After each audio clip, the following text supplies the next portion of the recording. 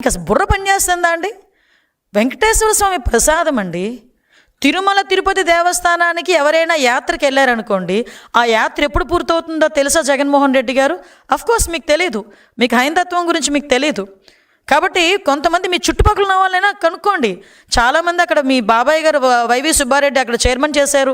మీ పక్కనే ఉన్న భూమన్ కరుణాకర్ రెడ్డి, చెవిరెడ్డి భాస్కర్ రెడ్డి, ప్రతిసారి ఎంతో కొంతమందిని తీసుకెళ్లే మీ మహిళా మంత్రులు చాలామంది ఉన్నారు కదా, వాళ్ళందరినీ అడగండి యాత్ర ఎలా కంప్లీట్ అవుతుందంటే కొన్ని ఏరియాస్లో కానీ చాలా మట్టుకు తిరుమల తిరుపతి దేవస్థానంకి వెళ్ళి వెంకటేశ్వర స్వామిని, ఆ కలియుగ వెంకటేశ్వర స్వామిని మనస్ఫూర్తిగా దర్శించుకొని ప్రసాదాన్ని కాలికి తగలకుండా, కిందన కూడా పెట్టకుండా, చెప్పులతో కూడా చెప్పులు వేసుకొని కూడా ప్రసాదాన్ని చేతిలో పట్టుకోకుండా ప్రశాంతంగా ఇంటికి తీసుకొచ్చి పూజ గదిలో పెట్టి పూజ చేసి 10 మందికి చుట్టుపక్కల ఉన్న వాళ్ళకి ప్రసాదాన్ని పంచి అప్పుడు వాళ్ళ దీక్ష విరమణ చేస్తారు.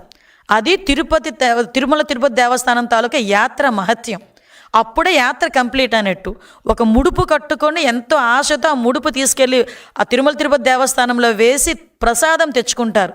మీరు తిరుమల తిరుపతి దేవస్థానానికి వెళ్ళిన తర్వాత తిరుపతి వెళ్ళామంటే దర్శనం బాగా జరిగిందా ఫస్ట్ క్వశ్చన్. సెకండ్ క్వశ్చన్, ప్రసాదం ఎక్కడా? ఇది కామన్గా ఎంత కోటీశ్వరుడైనా అపర కోటీశ్వరుడైనా కూడా తిరుమల తిరుపతి దేవస్థానంకి తిరుపతి వెళ్ళాను అంటే ప్రసాదం తెచ్చావా అని అడుగుతారు. అంటే తిరుమల తిరుపతి దేవస్థానంలో కలియుగ వెంకటేశ్వర స్వామి దర్శనం ఎంత గొప్పో, ఆ కలియుగ వెంకటేశ్వర స్వామి దర్శనం తర్వాత ఆయన ఇచ్చే ప్రసాదాన్ని కూడా అంత గొప్పగా స్వీకరించేటంత సనాతన ధర్మం కలిగిన మన హైందవత్వం ఇది.